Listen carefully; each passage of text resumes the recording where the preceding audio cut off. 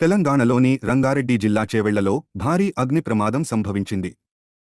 శంకర్పల్లి రోడ్డులో ఉన్న రిషిత ఆటోమొబైల్స్ గోదాములో మంటలు చెలరేగాయి. షార్ట్ సర్క్యూట్ కారణంగా ఈ ప్రమాదం జరిగినట్లు ప్రాథమిక సమాచారం. గోదాములో నిల్వ ఉంచిన హీరో హోండా స్పేర్ పార్ట్స్ పూర్తిగా దగ్ధమయ్యాయి.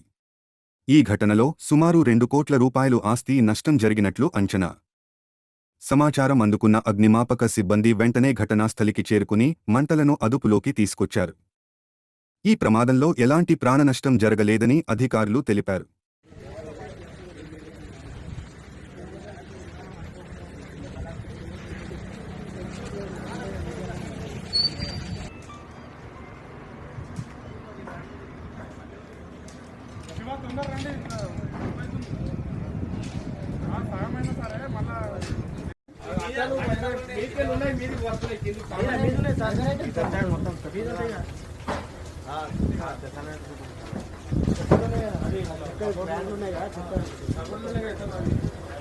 అది